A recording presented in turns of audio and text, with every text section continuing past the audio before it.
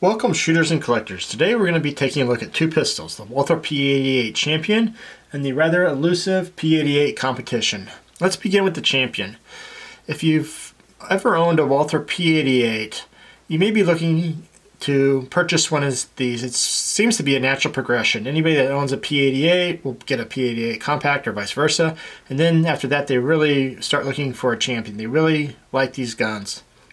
And the reason why is they're great. They are really great pistols. This one is an early model version. I say that because, well, the serial number is rather low, and the frame is black. If you've ever looked at them, you don't really come across black frames very often, and they only seem to have done that when the pistol was on the earlier models, on the earlier ones. And the other thing that also that's kind of interesting of this particular pistol is that there's two holes here, and that is for a scope mount, and you only ever see that I've seen at least on earlier models as well. And the scope mount is this here, and it's it's more for like an ultra dot, not for like an RM or anything like that. And it's held on by 4 screws. The screws, interesting, are different lengths. The 2 are shorter, and then of course two are a bit longer, and they so you really make sure that if you ever purchase one, make a note of if you took the screws out, which ones they were, because otherwise if you do it incorrectly, the slide won't go back on, or it'll grind into the screws. The other accessory that this gun you sometimes see is the 22 conversion kit, and it looks like this, and it's a 2-piece. It comes also with a recoil spring and a recoil plug, and pretty straightforward. It just goes right on, and they work pretty darn good and are pretty accurate. The next thing I'd like to talk about, just as a curiosity, if you have never owned one of these and you've never even had one in your hands, and you do find one, and you pick it up and you look at it, you'll notice it makes a lot of noise. There's a lot of play there, at least for what you would expect at a very expensive competition pistol to have, especially by American standards. We really like to have tight slide to frame fits, and this does not have it, but that doesn't matter at all. The front of the barrel to the slide is extremely tight. It doesn't budge at all, and I'll show that to you in a second. And another thing I'd like to point out to you, if you do purchase one of these, the muzzle weight right here, it has a little set screw that holds it in place, and then once you remove the screw, it just unscrews and comes right off. The thing you need to know about that is sometimes, not always, but sometimes there's 2 screws here. That's very important to know, because if you undo the first screw and then you try to undo it, it won't budge, and then, or it may budge just a little bit, and you'll think, oh my gosh, they torqued it on, or they did something to it. Who knows? You can't find anything out on the forums. You're looking, and I've actually seen where people have really twisted it, and they've actually damaged the threads somewhat. Or I've actually seen one of these cracked as well. So if you remove one screw and it doesn't budge, more than likely there's a second screw in there, and you need to get that one out as well. Now I'm going to take a slide off, and we'll show you a few things about the inside. And like I said, with the just trying to move the barrel around, wiggling it, it's a perfect fit. It really is. So don't be worried at all about any slide to frame. It's super tight. The serial number, there is a number on the barrel there that matches, of course, the slide and frame. And something else that's kind of a little bit interesting right here, if you didn't know, I didn't actually when I saw my first one, that the firing pin block is missing. And I thought to myself, oh, somebody took it out because they're a target shooter and they didn't want that extra little weight on the trigger, so they took it out. And as it turns out, that's not true. they came from the factory like that. And the reason you know that is because if you look on the frame itself, there's no lifter for that firing pin block. They left it out as well. It's not there. Overall, the trigger is about 3 pounds. It's extremely crisp. I'll show you that in a second. It has a over travel screw, and I believe there's also a pre-travel screw in there as well. That's very difficult to see. Gun goes back together real easily. Of course, it does help if I put the spring in, the recoil spring in. Let's do that.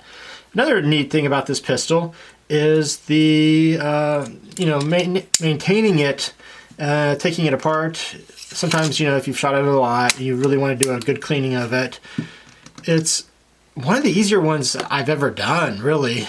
You can take this out, push the pin out, and the sear will come out along with the spring, and then this right here gets the hammer out. That pin, of course, drops the spring out for the hammer. You want to do that first, of course. Do that. You can take that, this comes out in this direction, the hammer comes right out, then you can take the sear out if you even want to bother to do that, and that's about it. It's very easy, very, very easy to clean. About the only other gun I've ever had easier to clean than that is for a target pistol is a Pardini GT, and it's really it's a really nice nice design. The grips, I believe, are Nil grips, and they have a little bit of a shelf right here, and I have large hands. They fit very comfortably. There's a bit of a swell for your palm here, and when I have the pistol in my hand, one of my favorite features of this gun is the slide release. I think this has the best slide release of about any semi-automatic pistol I've had, because it's right there on my thumb. I can hit it without adjusting my hand whatsoever. Overall, these shoot very good, and they're really popular with Walther people. And like I said, usually people that purchase a Walther P88 or a P88 Compact, after they get it, their next gun really is a P88 Champion, and they're just really nice pistols to have and to find. The next one we'll look, of course, I promised you, is the P88 Competition. This one came with the instruction manual, which is a competition manual, not a champion manual or just a regular P88 manual, and it also came with the test target. Things to know about this, same thing really. It's pretty much the exact same gun, except it's got a shorter barrel. And the only other differences are the firing pin block is still removed. It does not have adjustable sights. They are fixed, and the front sight is milled in place. But other than that, it's pretty much the same gun. It's a very nice ambidextrous magazine release. It shoots great. And I'll go ahead and show you the trigger pull on this, which is about 3 pounds. And you have your take up right there, and that's it. And that's as good as any perfectly tuned CZ75, whatever, P210, anything you can think of. It's as comparable or better than that. And then I'll just go ahead and I'll show you it's right there for the reset. And the safety is Smith & Wesson style for these, same as the Compact is, the P88 Compact. It doesn't drop the hammer, it just blocks the firing pin, and then you can still pull the hammer and drop the hammer that way. The other thing I'd like to show you that is also very interesting is this.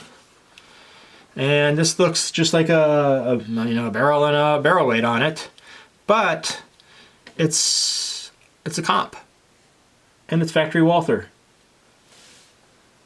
And I just happened to luck out into getting this when I purchased a firearm once, and I've never used it. I probably should.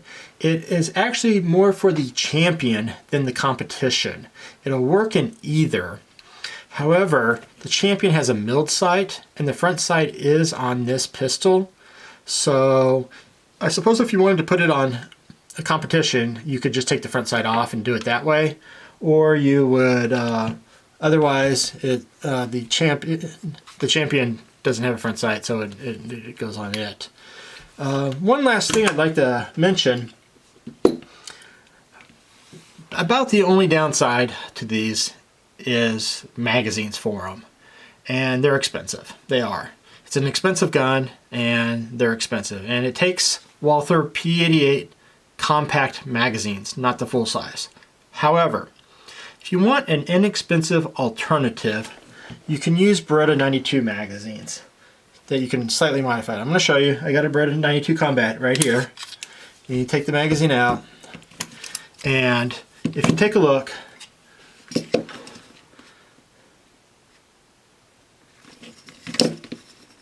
I mean, it's a near perfect gun, near perfect match. The only difference is the cut on the bottom. This one's more angled than this one, and this one will stick out a little bit further, and I'll show you. But if you can live with that, and you don't want to mess up your magazines, you'll have to Dremel or file in a slot for the magazine release, and it will extend out that far, and it does hold it back. And these work. I've tried it. I tried a Beretta magazine in a competition, and it works. So if you only get, you find a pistol, but it's only got one mag, or for some reason it's missing a mag, well then you do have alternatives to still shoot it, which is very good news.